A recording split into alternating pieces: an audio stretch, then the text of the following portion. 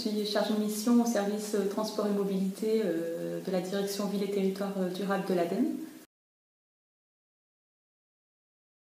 Alors, mes principales missions au sein de l'ADEME, c'est l'animation de la recherche et développement de la mobilité, l'accompagnement des politiques publiques en matière de mobilité durable et l'animation de réseaux, la valorisation des recherches.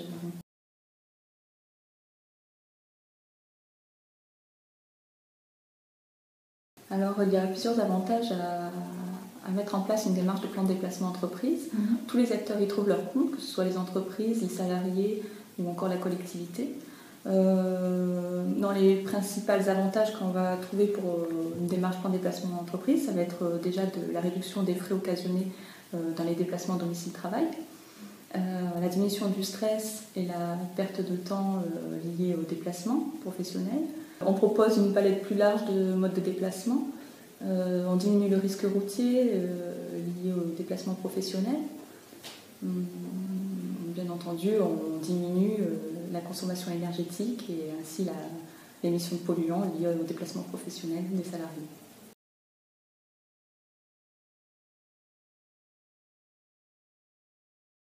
Alors, il faut bien se rappeler que dans la majorité des cas, les PDE partent d'une démarche volontaire. Donc, il faut qu'il y ait une motivation qui vienne de la direction et que la direction définisse bien ses objectifs pour que l'ensemble des salariés ou une grande majorité adhèrent à ces objectifs et qu'un plus grand nombre de personnes soient motivées pour mettre en place ce plan de déplacement.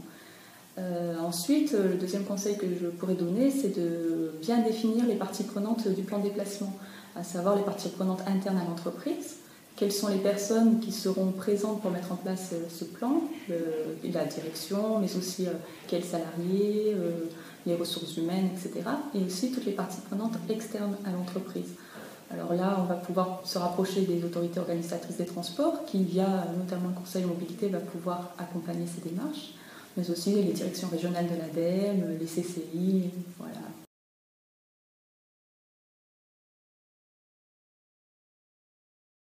Alors, l'aide de l'ADEME va se décliner de différentes manières. Il existe toujours un accompagnement de la part des directions régionales de l'ADEME pour les plans de déplacement d'entreprise. En ce qui concerne la question du financement, elle va être différente en fonction de l'avancée de chaque région. C'est-à-dire les régions où il va y avoir peu de plans de déplacement d'entreprise, là il va y avoir un accompagnement concret financier de la part de la direction régionale.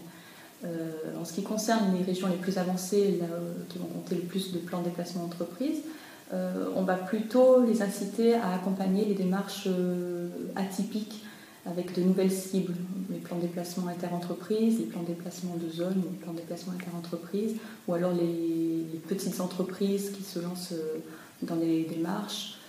Voilà, toutes sortes de nouvelles cibles jusqu'à présent qui n'avaient encore que très peu de plans de déplacement entreprises.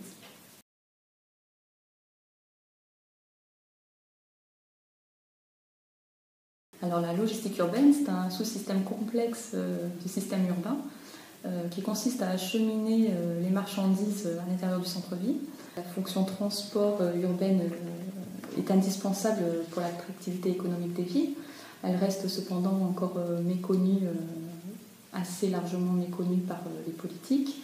On peut cependant relever quelques leviers d'action, par exemple avec la promotion de nouvelles organisations logistiques, la promotion de nouveaux véhicules en incitant les livreurs à utiliser des véhicules moins polluants et plus intelligents, en agissant sur les contraintes commerciales pour inciter également les commerces, les industriels à changer leur logistique qui ont un poids non négligeable sur l'organisation des transporteurs.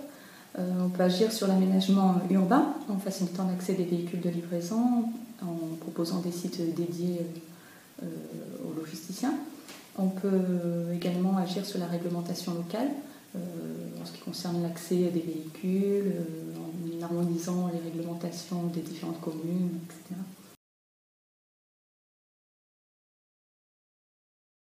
Alors la valorisation d'une démarche va passer par l'évaluation des différentes actions réalisées dans le cadre d'une démarche.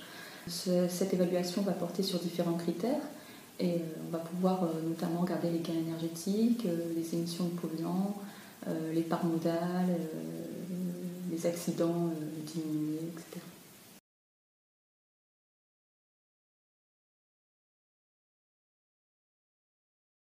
Alors à mon avis, la communication tient un rôle prépondérant dans la promotion d'une mobilité responsable, puisque nous nous inscrivons ici dans une optique de changement de comportement qui passe bien entendu par tout ce qui est communication, sensibilisation du grand public.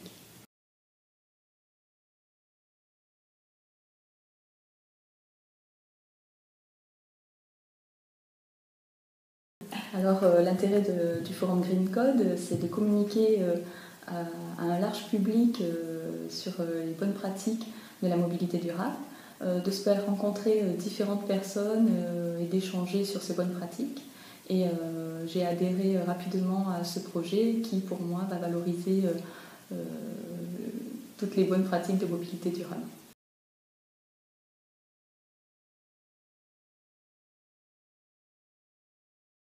Oui, je vois d'autres outils fédérateurs comme les blogs, par exemple le Transport du futur de l'ADEME, ou également tout ce qui est réseau d'échange, comme les réseaux organisés par les CCI, les conseils en mobilité.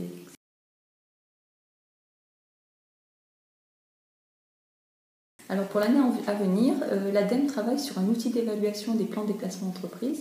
C'est un outil qui est attendu depuis très très longtemps par les établissements engagés dans une démarche plan de déplacement d'entreprise et qui consiste à réaliser l'évaluation environnementale de leur démarche. Autrement, les directions régionales de l'ADEME travaillent quotidiennement sur les projets de mobilité durable.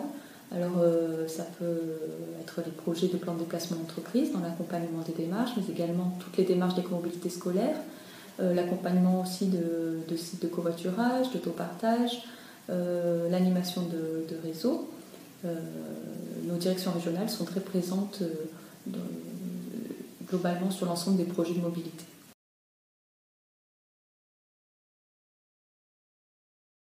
Alors et surtout en matière de mobilité durable, l'ADEME suit et instruit plusieurs projets issus des 2 appels à manifestation d'intérêt lancés en 2011 et 2012 dans le cadre du Grand Emprunt.